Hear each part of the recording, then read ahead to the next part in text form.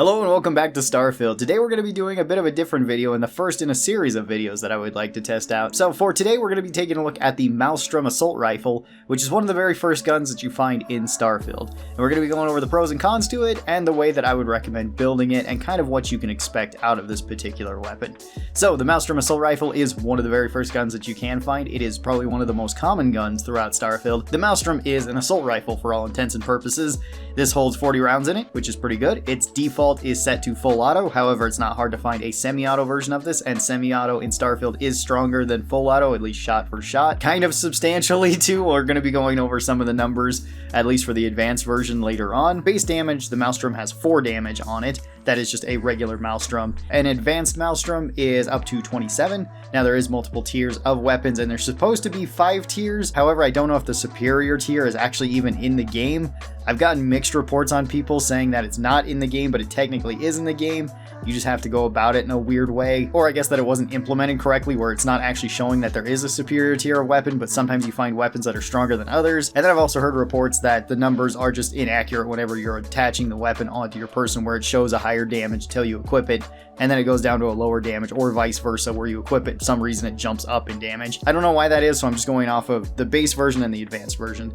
The advanced version goes up to 27 damage base, which is pretty decent. It's not incredible for some of the advanced weapons, but it's good enough, especially for a fully automatic weapon. For some of the pros of the Maelstrom, it does do pretty decent damage per second when firing. It has good iron sights. It's very easy to control too, which is nice, even without any sort of mods on it.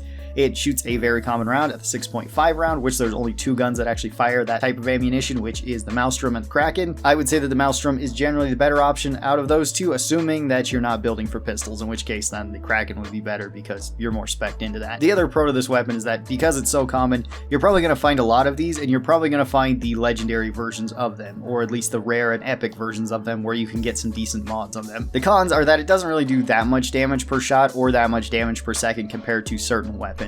This can be kind of mod reliant, where either you put mods onto the weapon or you have some sort of legendary effects on the equipment. If you have rare effects on the equipment, then this can make it substantially better. But in my somewhat recent tier list of the rifles, I decided to put the Maelstrom into C tier, and I think I would still keep it in the C tier for just the base weapon. It's okay enough. You can use it to clear up small enemies. It's good for beating up on weaker enemies, and it is super common, so it's always available, as well as the ammunition is always available. By no means a bad weapon, but by no means an incredible weapon. Let's go over some modded builds and where I'd put that in the tier list too. So I'd recommend one of 2 builds for the Maelstrom, depending on which you enjoy using. I would recommend either a full auto or a semi-auto version. Both the full auto and semi-auto versions of this can benefit from legendary effects as well. Things like Furious are amazing on this weapon, or something like a larger magazine is going to be great on either of these weapons. Same goes with any sort of quality effect, like having Hitman or anti-personnel rounds, or shattering, or anything like that on the weapon. Those are always going to be good effects on the majority of weapons in this game. For the full auto version of this, let's just go down the list of different mods that you can put on it and what I'd recommend. For a barrel, I'd recommend the long barrel. The long barrel is generally just an upgrade. It helps improve accuracy and improve like your fire control, as well as it gives you longer range. Range is pretty important because that's when damage drop-off is affected. For optics, I'd recommend the short scope. This will get you more damage if you have the sniper perk, so it is just a straight damage upgrade. If you're not building for that and you really don't care, then either the reflex sight or the iron sights I would recommend. Those are perfectly fine. The iron sights on the Maelstrom are actually pretty good. I wouldn't really recommend the medium scope on the full auto version of this. I find it's a little bit difficult to control, but if you're okay with that, then go for it. For the muzzle, I would recommend a suppressor on this. If you have the stealth perk, this will just buff your damage, so it makes more sense to throw a suppressor on this, unless again you don't care about stealth and you're not building that perk, in which case then something like a muzzle brake would probably work better, just because it minimizes the recoil even more and gives you even longer range.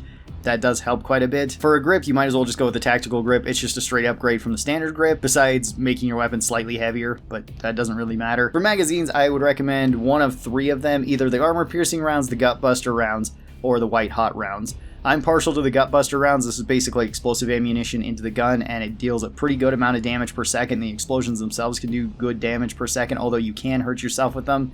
Not so much as to like the explosive effects in Fallout 4. I haven't actually killed myself with this, but I have injured myself with it, so that is something to worry about. White hot rounds just make it so that you can light enemies on fire, which can be a pretty good option, and it helps with high health enemies, because fire deals percent health damage over time, so anything with high amounts of health this is going to do a bit better against. It's not going to do way great against human enemies that are higher leveled though, because they'll just resist it more. And then armor piercing rounds is just going to be a straight upgrade from standard rounds. I really wish there was another option where you could put something like the drum mag or the larger mag and then load it with something else like the white hot rounds or the gutbuster rounds. I think that would be an ideal choice for a full auto version of this. But as it stands, 40 rounds is still more than enough in most situations to just kill whatever you need to kill. For the internal, I'd recommend the high powered, but hair trigger or high velocity both work. High velocity can be useful for just longer range, so if you want to have even less damage drop off at distance or wait for that damage drop off to be even further away, that can work. I put high power on my gun so that it just gets more damage. That one's pretty nice too. And then of course for the receiver, you'll need the full auto receiver if you want the full auto version of this. For me, with all the perks that I have set up like ballistics and rifle expert, this one has about 60 damage per shot, which is pretty decent. It's not incredible compared to certain weapons, but for a full auto gun that also has explosive rounds in it or armor piercing rounds in it, that's still pretty good. The damage per second is still going to be nice. It still works very well against high level enemies, as you can kind of see in the background of this. Probably not as good as the semi-auto version, and I would also probably put the full auto version of this also into C tier, even on the upgraded tier list, because it's still not that great, and this is compared to all other weapons that you can mod. It is on the weaker end, but it's still decent enough.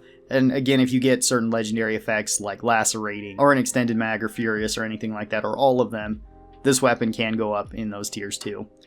For the semi-auto version of the Maelstrom, I would recommend once again that you take the long barrel. This is just an upgrade to the weapon. For optics, I would recommend the medium scope. I like that one a lot with the semi-auto version of this. You could go with the short scope though too. That one would also work. That way you get more damage if you're going with the sniper perk. For a muzzle, once again, a suppressor because it just gets you more damage. For the grip and stock, you might as well just go with the tack grip. It's just better than the standard grip. For the magazines, I'd also recommend either armor piercing or gutbuster rounds.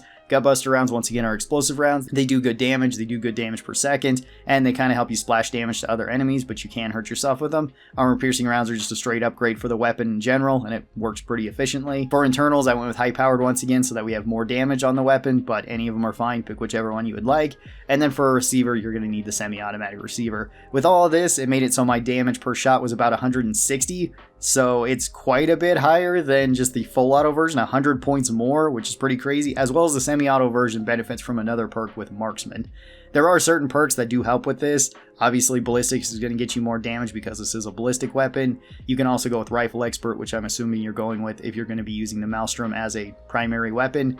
And for the semi-auto version of this weapon, I would probably move it up a tier into B tier. It's still not the most incredible semi-auto rifle out of any of the rifles in Starfield, but it is at least a decent rifle overall. It does okay damage per shot, pretty good damage per second, it's fairly accurate, the ammunition is super common, so it has all that going for it. It's just that there's another rifle in the game that has basically all the same things going for it, but it's even better.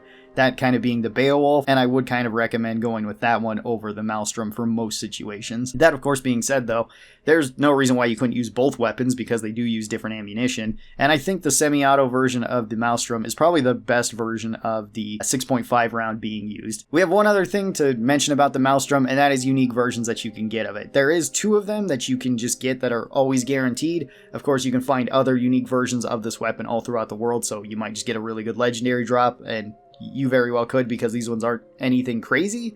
But we have 2. The first one is the Fiscal Quarter. This one you get at the end of the quest, All That Money Can Buy. You do this for Walter Stroud. This one has a couple of mods on it, default, and it does have one unique ability. The unique ability is Shattering. Shattering makes it so that you basically have armor-piercing rounds on this. Now you can stack armor-piercing rounds on top of that if you would like, and this weapon happens to have that, so it's actually quite good against armored enemies. This one has the short scope on it, which is pretty decent. We've already talked about that. Compensator, which can be a pretty decent upgrade as well. Tactical grip, the only grip that you can put on this weapon. Armor piercing rounds, which is nice. And a hair trigger so that it shoots even faster. That's all pretty good. You could switch out some of these, like give it a longer barrel. Instead of the compensator, put a suppressor on it.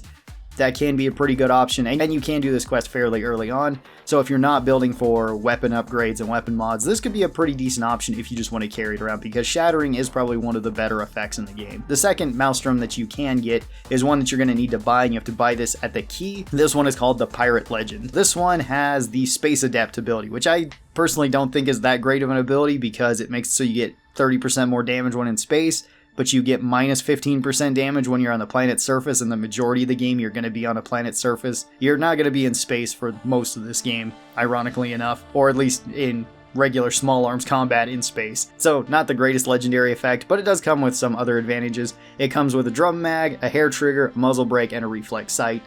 This is technically an upgrade from just a standard Maelstrom, but I don't think it's one of the better ones. I think the other one we just talked about is a better version than the Pirate's Legend. I would change this one up quite a bit. I probably wouldn't even use it because it does have Space Adept on it, which just isn't really that great of an effect unless you just can't find a Maelstrom that doesn't have any other effects. So would I recommend the Maelstrom Rifle? Yeah, I would. The Maelstrom Rifle is pretty good in the early game. It kind of falls off towards the later part of the game, but once you start putting mods on it, and you'll probably be getting unique versions of this, as well as getting versions of this sooner than you would for other weapons, it does stay a pretty relevant weapon all throughout Starfield, and it is pretty decent when it's fully maxed out. It's not going to be anything incredible or super overpowered, but it is going to be a decent weapon that works well against everything. Tell me your thoughts on the Maelstrom down in the comments below. I'd love to hear it, and tell me how you're liking these style of videos. We're going to be doing it for other weapons throughout Starfield. Hopefully you guys enjoy, and I will talk to you guys next time. Bye-bye, everybody.